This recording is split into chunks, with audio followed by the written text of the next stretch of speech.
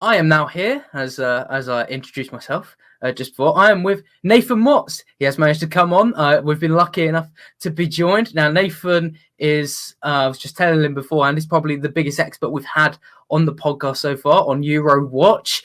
Nathan's an expert on Portuguese football. He's appeared on the Seleção podcast, writes for Portugal.net, and you've written a book as well, Nathan, haven't you? The 13th chapter.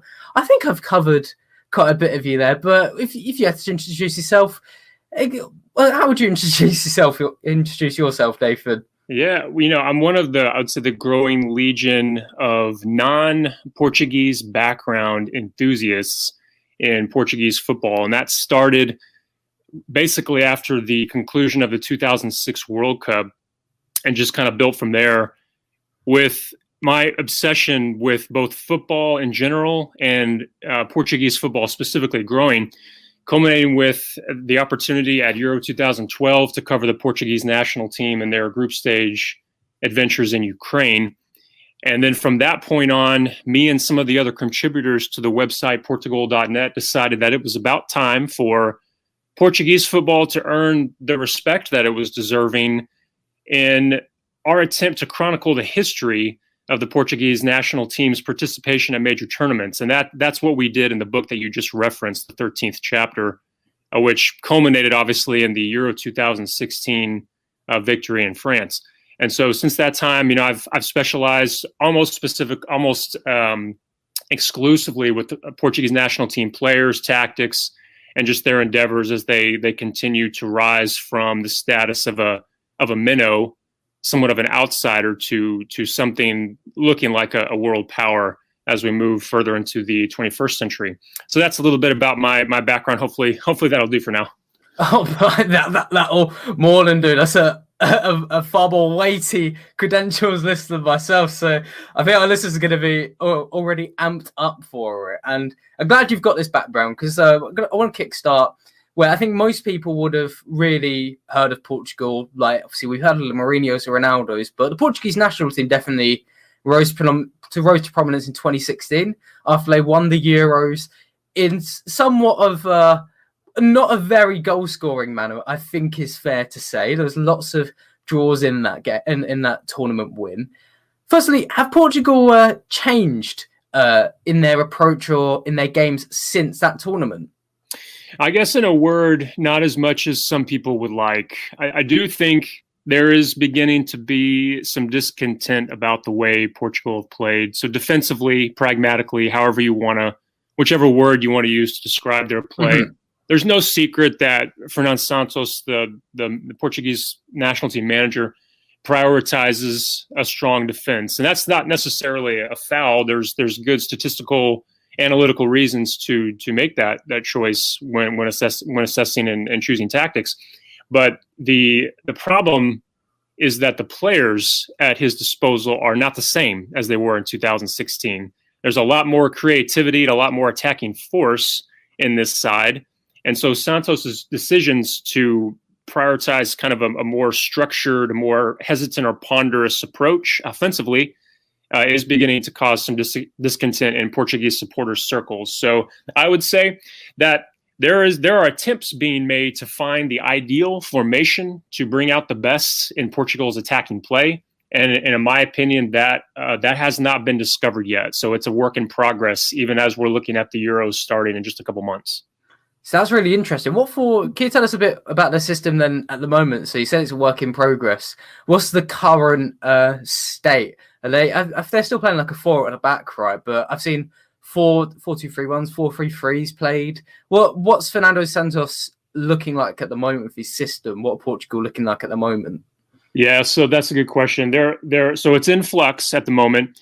In the most recent round of World Cup qualifying matches, we mostly saw a 4-3-3 look with one holding midfielder and basically two attack, our workhorse midfielders in central midfield with Ronaldo and either Diogo Jota or Andre Silva or João Felix accompanying him in a trident. Those formations did yield a great deal of shots on target. And they did create chances, but the finishing was lacking. And it still is debatable as to whether or not Portugal's creative midfielders in particular are being used properly. Players like Bernardo Silva, for example, Bruno Fernandes, who's having a great season at Manchester United, and other players. Some of the reason for the difficulty in choosing styles was, if you go back to 2019 to the Nations League final, Santos was playing something of a 4-4-2 double pivot. And the double pivot means that you use two defensive midfielders instead of one. And that was certainly something you can deduce from Santos's defensive style. It made a lot of sense, but it actually really worked well, better than I even thought. And I criticized that system at the time. But we had a player named William who plays for Real Betis, and he was able to shuttle back and forth from his defensive midfield role into attack a lot better than most defensive midfielders can. And so it actually worked. And Portugal was able to win the inaugural Nations League final against the Netherlands fairly handily, in my opinion. Since that time, William's fallen out of form, and we haven't been able to put together any version of a 4-4-2 or 4-3-3 that's been able to replicate the success that we saw in the Nations League final against the Netherlands. So a lot of things are happening. There's a lot of new players coming into the squad. Pedro Neto, for example, was involved most recently, the Wolverhampton winger. There's a lot of young players who a lot of whom are playing for the under-21s right now in the Euros. Trincao, for example, from Barcelona, that may factor in to the final discussion whenever it comes to settling on a formation for the Euros. That's really interesting. And before we touch on some of the big players, I do think, like Portugal's squad, like you touched on there, attacking-wise, it's been chock-filled with superstars down the last couple of years. Me and Ritik, mainly me, I'm quite a Lille fan. I like to bang the drum to a few of their players. So I'm wondering, are any of the sort of lower players, I guess, the less well-known players, likely to make it to the Euro? So I'm talking Renato Sanchez, Jose Font as well. I think he was involved recently. Yes. Sergio Oliveira as well. And then you touched Pedro Neto, Daniel Podence. Are any of those players likely to make Fernando Santos' final squad? Yeah, Jose Font, I think definitely. Renato Sanchez, based on the way he played against Luxembourg in the most recent match, I would say definitely. His form has been really inconsistent for Lille, but I think if you watch him throughout the season, when he's on his game, it's impossible to think about excluding him from the squad. You know, he's just such a vigorous player. He's got so much energy. He's so strong on the ball, and he's really what Portugal need in central midfield right now. So, but like I said, being inconsistent, we definitely have to have we need to see a little bit better from him on a routine basis. That's what Santos is going to look for. I think he'll make the squad. As far as some of those other players, Sergio Oliveira, again, another midfield talent, a late bloomer. He's in his late 20s and really hasn't featured much for Portugal until just the last couple of years. I think it's going to be very close between him and stalwarts like João Moutinho for like maybe the final spot in Portugal's midfield.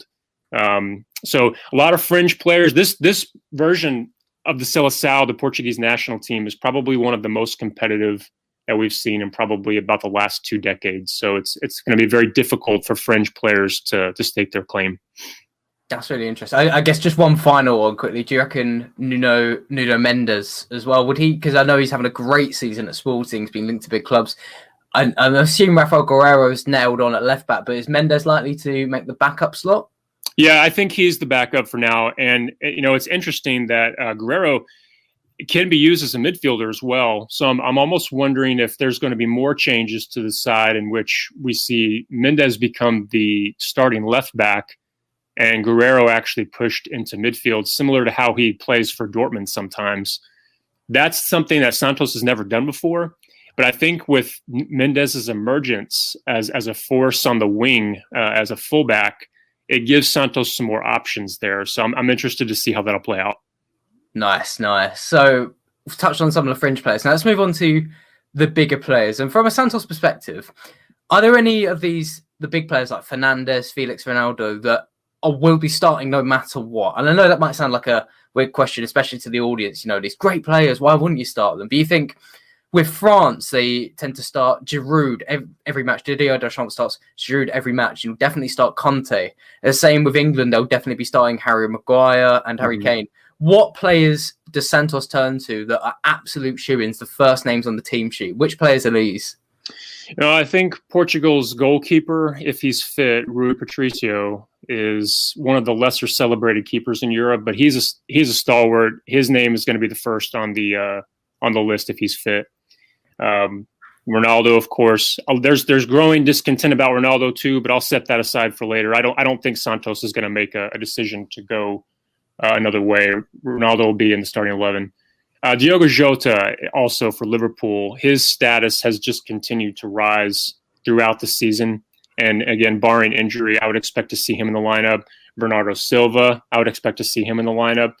And then as far as Bruno, this might be a player who we might not see enter the starting 11, which is an incredible statement given his form for Manchester United. But it's the tactical utility. How are we going to employ a midfielder with his skill set amongst all of the other talents that we have on the side?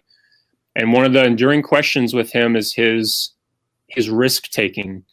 Santos does value his goal scoring threat. That's clear, but the risk taking is a bit anomalous when you look at the skill sets of the other midfielders around him, like Bernardo, who plays at City, where he takes good care of the ball and makes the tidy, safe choices, prioritizes possession.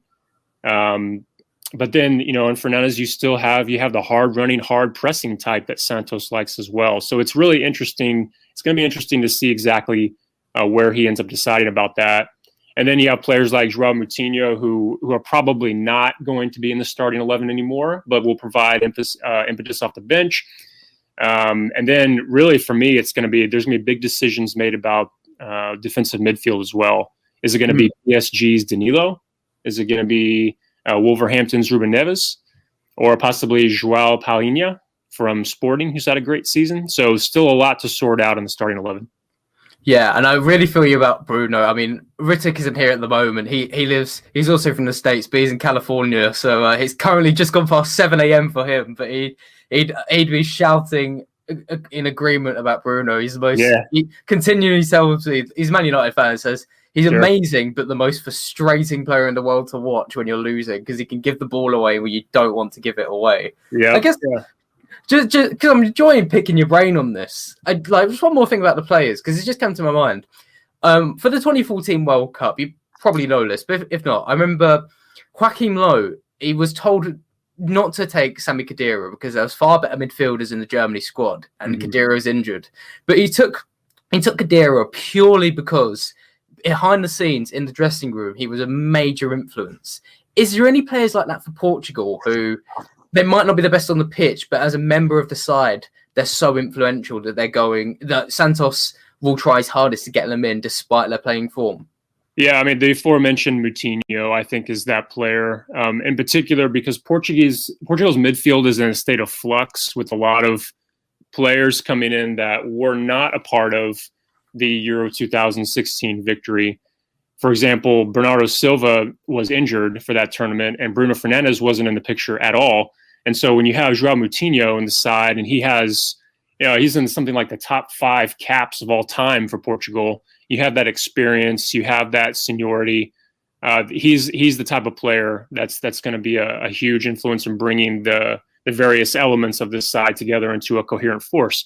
And so I definitely think that type of player we have in him. Pepe also, the rugged central defender who has made himself famous once again recently for his performance against Juventus in the Champions League. But he's also that type of kind of influence on some of the younger players like Ruben Dias, who is the center back of the future for Portugal. And so we do have some of the, and of course, Cristiano himself, just a leader by example, and definitely is in the vein of a player who, aside from his contribution on the pitch, is hugely influential in molding the next generation. Nice. That Pepe performance against Juventus was my favourite I've ever seen. I was watching it, and I was looking at the stats the whole way through, and like by the 60th minute, he'd made like 11 clearances, when the average is about 4 per game. Yeah. It was absolute monster. But okay, so we've touched on so many big players for Portugal, and it's clear the hopes are high. In fact, when me and Ritik did our predictions of the Euros, we put France as the winners, but Portugal definitely in the final. So almost a repeat of 2016 there, I guess. What is the pressure like on Fernando Santos right now? Because is there a huge expectation on him to deliver on this current squad? What's the perception like of it? What's it like in Portugal? Yeah, there is huge expectation. So I would say, unlike the World Cup in 2018, when we felt that we had earned the Euro 2016 win, but we were still a bit uncertain about how we were going to actually put together a better football playing side. 2018 was kind of forgiven for Santos. We made that early, it was a round of 16 exit versus Uruguay, and didn't play particularly well even in the group stage, and he was forgiven for that.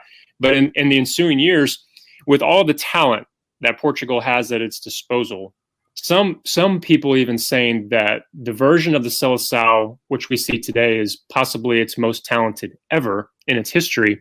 The pressure is enormous, and I absolutely 100%, this is a guarantee.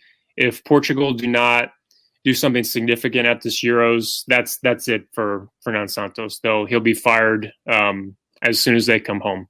So it's that kind of pressure. There's no doubt. There's already Portugal supporters clamoring for a new manager to do a little bit of a better job assembling a more attacking and creative side. I'm not in that contingent, but I do understand people are growing a little bit more concerned about the way Portugal are playing, and so there's already enormous pressure, and that's only going to continue right up through the Euros. Wow, that was very insightful. Very, very powerful as well to say the fact that if he doesn't deliver in some capacity, that this could be it for him. Where you might think with a manager who's delivered this much, like some nations, I guess, like with Germany, they'd stick behind. But that's pretty interesting. And with this being said, then Nathan, where do you think Portugal will finish? Obviously, for anyone who doesn't know, you should know by now. Portugal are in the group of death with Germany, France, and Hungary. I assume, as a Portuguese fan, I assume you're not going to say they're going straight out there. But how far do you think Portugal can go this summer? Yeah, it really is down to the it's difficult. I want to be rational and just say that looking at the group that we're in, it's always down to a question of, if we get out of this group, you really like our chances to go pretty far in this tournament. That said, some are saying this group is the most difficult European Championship group ever selected, ever drawn. And I would tend to maybe agree with that statement. You have the world champions, France, you have the European champions, and then you have Germany, who, while a young squad, are beginning to find their feet. There's the feeling that Germany are beginning to find their form again. They struggled a little bit in the last World Cup qualifying matches at points. I can hear that, but they're looking at the talent in that side. This is going to be an extraordinarily difficult group for any of these teams. Then you have Hungary, who are at home, playing in Budapest for 2 of their matches, and so it's not necessarily a gimme with them either. I think Portugal will survive the group, and the reason I say that is because they've survived every group of death they've ever been put in. Going back to Euro 2012, for example, they were paired alongside Germany and the Netherlands, which at the time had only been beaten once in qualifying, had some of the finest wingers, Ian Robben, Rafael van der Vaart, in the world, playing for them. And Portugal still managed to get out of that group, even though Portugal at the time were not as lethal a force, at least on paper, as they are today. And so I think Portugal make it out of the group. And from there, I want to say this is a team that isn't, in spite of its talent, I don't know. I don't have the confidence yet in its tactical assembly and in the way the players are participating together on the pitch to say that we can win. But I do think we're looking at a deep run, possibly a semifinal or maybe even a final appearance if we can get out of the group. Brilliant. Wow, that was very comprehensive. That's something we'll probably replay all the way through our podcast, all the way to the Euros. Well, we're going to head back to the podcast now. But if you, like me, felt like you've just been through an education from Nathan, we'll link the Sell Us Out podcast and his book on Amazon in the description below. Back to Alex on the actual podcast.